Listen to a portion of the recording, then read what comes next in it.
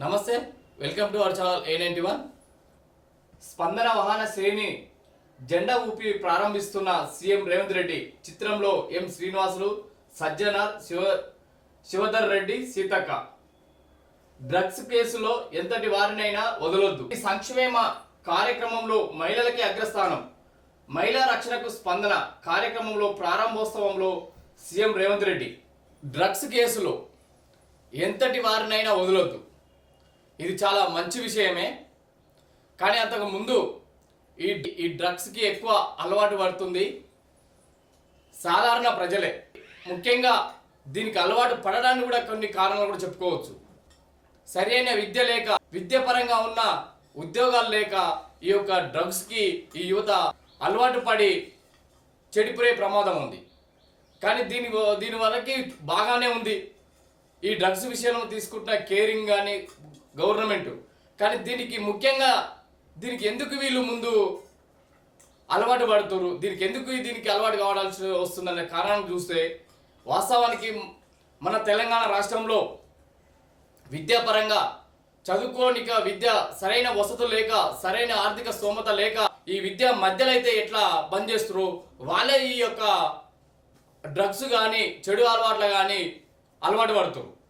వారికి ముఖ్యంగా వాళ్ళు ఎదిగే టైంలో కావలసిన చదువు ఉంటే, కావలసిన చదువు తగ్గ ఉద్యోగాలు ఉంటే డ్రగ్స్ కానీ ఈ వ్యసనాలకి అలవాటు పడే అవకాశాలు ఉన్నాయి. దీని మీద ముఖ్యంగా శ్రద్ధ చూపించాలి గవర్నమెంట్. ఈ మన తెలంగాణ రాష్ట్రంలో,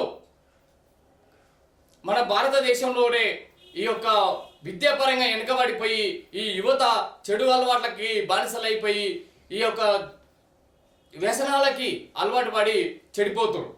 ఈ చెడిపోయి వాళ్ళ మైండ్ మెచ్యూరిటీ లేక వాళ్ళు ఎంత ముందుకు వెళ్ళిపోతారు, ఏం చేస్తున్నారో తెలియని పరిస్థితిలో ఈ యొక్క డ్రగ్స్ కానీ ఈ మత్తు పానీయాలు కానీ అలవాటు పడి ఆరోగ్యాలు ఖరాబ్ చేసుకొని జీవితాలు నాశనం చేసుకుంటారు. కానీ దీని అందరికీ కారణము మన గవర్నమెంట్ సక్రమంగా వారికి ఇవ్వాల్సిన టైంలో చదువుకోవాల్సిన టైంలో అదే ఒక చదువు నాణ్యత చదువు ఇచ్చి మంచి వసతులు కలిగిన చదివిస్తే ఈ పిల్లలు కానీ ఈ యువకులు కానీ దానికి దూరం ఉండే అవకాశం ఉంటుంది. మన రాష్ట్రంలో కానీ వేరే రాష్ట్రాలతో పోల్చుకుంటే తెలంగాణ రాష్ట్రము చదువులో చాలా వెనుకబడి ఉంది. దీనికి కారణము ఈ గవర్నమెంటు. మన తెలంగాణ రాష్ట్రంలో దాదాపు 50 లక్షల మంది విద్యార్థులు, 50 లక్షల మంది పిల్లలు ప్రైవేట్ స్కూళ్ళలో చదువుకుంటారు.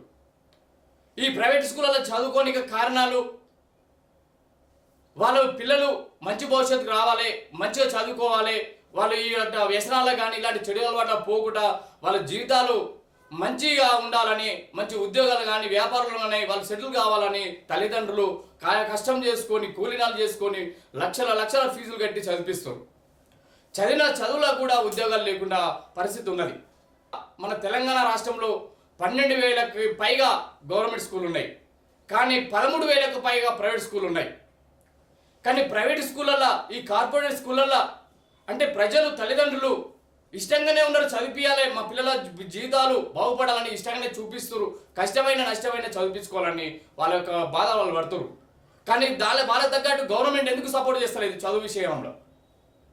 ఈ చదువు విషయంలో గవర్నమెంట్ అదే ఒకటి విద్యాపరంగా విద్యకు సంబంధించి విద్యా హక్కు చట్టం 2009 ఈ యొక్క యాక్ట్ అమలులోకి తీసుకొచ్చింది.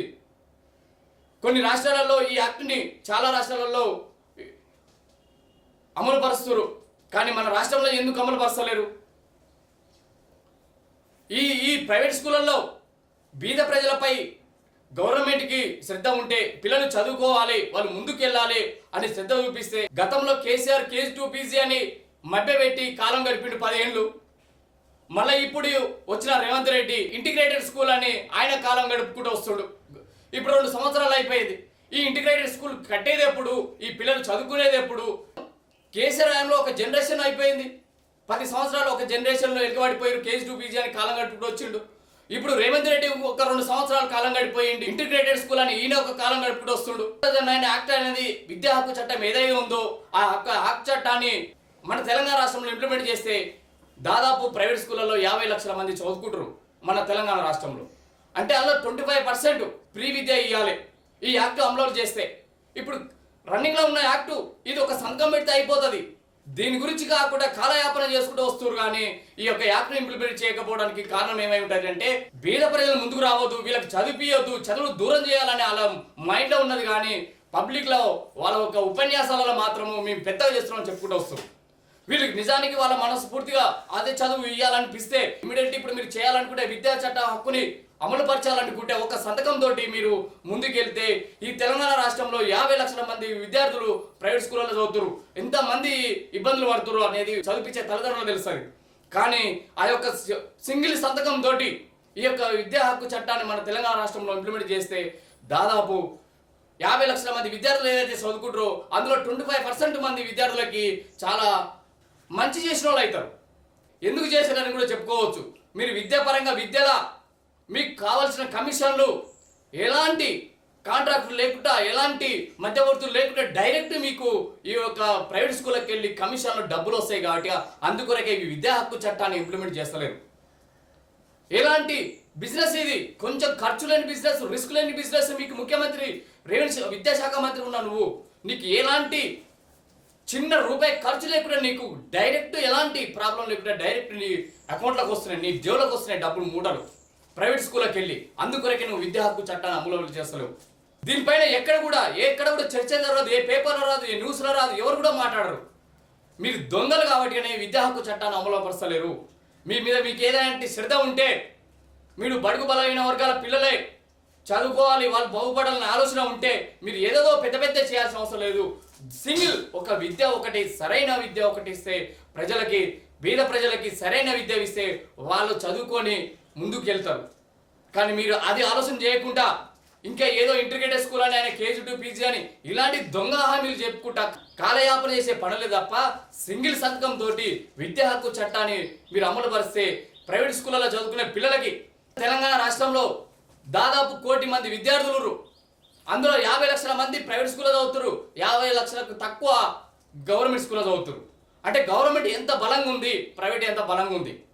వీళ్ళకి అదే అందరికీ వసతులు కల్పిస్తే అందరు చదువుకుంటే ఒక్కొక్క జనరేషన్కి లక్షల మంది విద్యార్థులు బయటికి వెళ్తారు ఉద్యోగ పరంగా. కానీ బయటికి చదువు పరంగా బయటికి వెళ్తారు, కానీ ఉద్యోగ పరంగా వాళ్ళకి అవకాశాలు కల్పిస్తలేరు. ఇంకేముందిగా, అంతా అయిపోయింది కదా. మన ఈ పక్క రాష్ట్రాలు చూసుకుంటే కేరళ, తమిళనాడు లాంటి రాష్ట్రాలలో చూసుకుంటే విద్యాపరంగా ముందున్నారు. విద్యాపరంగా వెనుకబడి ఉన్నదే మన తెలంగాణ రాష్ట్రము. ఈ డ్రగ్స్కి అలవాటు పడడానికి కారణం సరైన విద్య లేక, వారికి సరైన మెచ్యూరిటీ లేక, సరైన ఉద్యోగ అవకాశాలు లేక ఈ డ్రగ్స్ బానిసలు అయ్యి జీవితాలు నాశనం చేసుకుంటారు. ప్రతి పిల్లలకి సరైన విద్య ఇస్తే ఇలాంటి వ్యసనాలకి బానిసలు కారు. మీరు అది ఇవ్వకుండా ఇటువంటి ఎన్ని చేసినా కూడా పిల్లలు చెడిపోతారు. డ్రగ్స్ కేసులో ఎంతటి వారినైనా వదలొద్దు. ప్రతి సంక్షేమ కార్యక్రమంలో మహిళలకి అగ్రస్థానం. మహిళల రక్షణ స్పందన. మహిళలు చిన్న రుణాలపై అఘాయిత్యాలకు పాల్పడిన వారిలో 80% మంది మత్తుకు బానిసలై మానసిక స్థితికి సరిగా లేని వారే ఉంటున్నారని ముఖ్యమంత్రి రేవంత్ రెడ్డి ఆందోళన వ్యక్తం చేశారు. ఏ దేశాలలో పిల్లలు మహిళలకు రక్షణ కల్పిస్తున్నారో, ఏ దేశాల్లో పిల్లలు మహిళలకు రక్షణ కల్పిస్తున్నారో అక్కడే అభివృద్ధి వేగంగా జరుగుతుందన్నారు. అందుకే తమ ప్రభుత్వం మహిళల కోసం సి టీంలను ఏర్పాటు చేసిందని, అభద్రతకు గురైన వారికి అండగా ఉండేందుకు స్టాండ్ విత్ హార్ కార్యక్రమాన్ని తీసుకొచ్చిందని తెలిపారు. ఇప్పుడు మరో అడుగు ముందుకేసి మహిళలకు ఎప్పుడు ఏ కష్టం వచ్చినా అందుబాటులో ఉండేలా స్పందన బృందాలను ఏర్పాటు చేశామని పేర్కొన్నారు. నగర పోలీసులు మహిళలు, చిన్నారులు భద్రతకు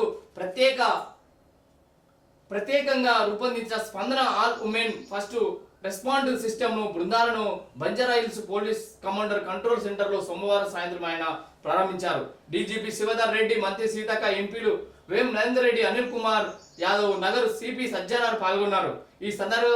ఈ సందర్భంగా సీఎం మాట్లాడుతూ మహిళలు, పిల్లలు భద్రతపై సందేశం, డ్రగ్స్ మూలాలు పెకిలించాలని పోలీసుల అధికారులకు ఆదేశించేందుకు ఈ కార్యక్రమానికి వచ్చారు.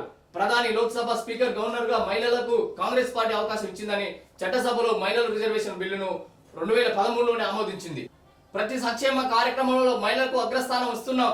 67 లక్షల మంది స్వయం సహాయక సంఘాలలో మహిళలకు రూపాయలు 60,000 కోట్ల బ్యాంకు రుణాలు అందజేశాం. 1 కోటి మంది మహిళలకు ఇందిరమ్మ చీరలు పంపిణీ చేశాం. గత 28 నెలల్లో మహిళల ఉచిత బస్సు ప్రయాణానికి రూపాయలు 10,000 కోట్లు ఖర్చు చేశాం.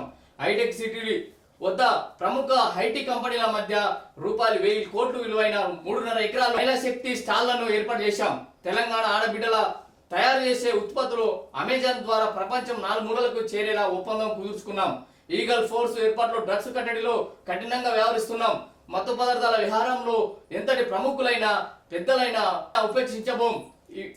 డ్రగ్స్ తో పట్టుబడిన 2 ప్రముఖుల్ని తీసుకొచ్చి కేసు నమోదు చేసి చెర్లపల్లి చెంచల్గూడ జైలు చుట్టూ ఏడాది పాటు తిప్పితే ఆ భయంతో మిగిలిన వారు దారికొస్తారు. డ్రగ్స్ కట్టడిలో పోలీసులు మరింత కఠినంగా వ్యవహరించాలని, పాఠశాల స్థాయిలో పిల్లలకు డ్రగ్స్ అవగాహన కల్పించేలా డ్రగ్స్ తీసుకుపోమని వారితో డిక్లరేషన్ తీసుకోవాలని తమ కలహాల సమయంలో పనిచేసే పీస్ కమిటీలు ప్రస్తుతం డ్రగ్స్ గంజాయి మద్యంతో జరిగే నేరాల కట్టడిలో భాగస్వాములు కావాలని సీఎం రేవంత్ రెడ్డి సూచించారు. ఈ రాష్ట్రానికి డ్రగ్స్ రావడానికి ప్రముఖులకు వెళ్ళి వస్తుంది ముఖ్యమంత్రి రేవంత్ రెడ్డి గారు.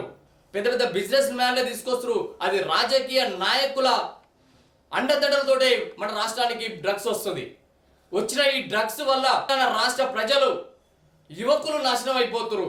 కానీ చేసేది పెద్దోడు, లాభపడేది పెద్దోడు, నాశనం అయ్యేది గరీబోడు.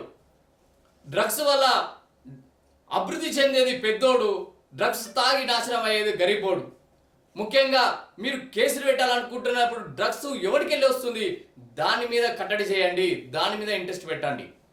వచ్చినాక డ్రగ్స్ తాగింది ఎవడు, వాడు తాగింది డ్రగ్స్ ఎవడని వాని కేసులు పాలు చేసుడు కాదు, డ్రగ్స్ తెచ్చేవాడిని కేసుల పాలు చేసి అది గట్టిగా అక్కడ మీరు అరికట్టాలి. ఆ పని చేయాలి. కానీ ఇలాంటి ఎన్ని చేసినా కూడా ముఖ్యంగా డ్రగ్స్ తెచ్చేది పెద్దవారే, డ్రగ్స్ సప్లై చేసేది పెద్దవారే, డ్రగ్స్ వల్ల డెవలప్ అయ్యేది పెద్దవారే. వారిని అరికట్టండి. తాగినోడు తీసుకున్నోడు వాడు గరీబుడు, వానికి చదువు లేక ఉద్యోగం లేక బానిస అయ్యి వాడిని ఎటు చేయని పరిస్థితిలో డ్రగ్స్ అలవాటు వాడిపై వాడు మానసికంగానే చచ్చిపోయింది. కానీ వాడిని ఇంకా మీరు జైలు పాలు చేస్తున్నారు. వానికి అవకాశాలు కల్పించాలి. అక్కడ రాకుండా అది కట్ చేయండి. వీటికి సరైన విద్య ఇవ్వండి, సరైన ఉపాధి కల్పించండి. అప్పుడు మీరు డ్రగ్స్ గురించి ఆలోచించరు. డ్రగ్స్ తీసుకొచ్చేది మీ యొక్క పెద్ద పెద్ద బడా నాయకులే, డ్రగ్స్ వల్ల లాభపోయేది బడా నాయకులే. కానీ అది తాగి